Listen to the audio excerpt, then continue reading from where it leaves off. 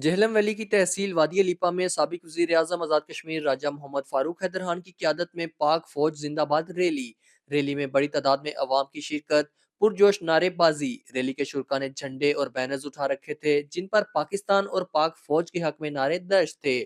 سابق وزیر اعظم آزاد کشمیر نے خود بھی نعرے لگوائے۔ عوام کا جوش و جذبہ دیدنی تھا۔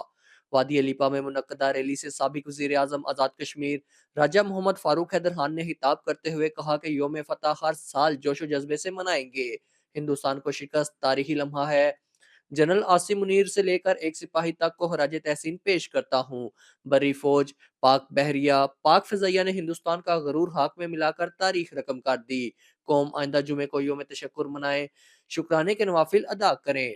آزادی میں مر بھی گیا تو آزادی میں مر بھی گیا تو آزادی میرے کفن پہ لکھنا آزادی میری قبر پہ لکھنا آزادی ہم پاکستانی ہیں پاکستان ہمارا ہے۔ سابق وزیر اعظم نے مزید کہا کہ لیپا ویلی سمیت لائن آف کنٹرول پر بسنے والے عوام کو مبارکباد پیش کرتا ہوں، وہ ہندوستان کی فائرنگ کے باوجود ڈٹے رہے۔ یہ سیز فائر لائن عارضی ہے، ہم اسے مستقل سرحد تسلیم نہیں کرتے۔ سابق وزیر اعظم آزاد کشمیر راجہ محمد فاروق حیدر خان نے پاک فوج کے شہداء کی یادگار اور فاتح لیپا کرنل حق نواز کیانی شہید کی یادگار پر حاضری دی اور پھولوں کی چادر چڑھائی۔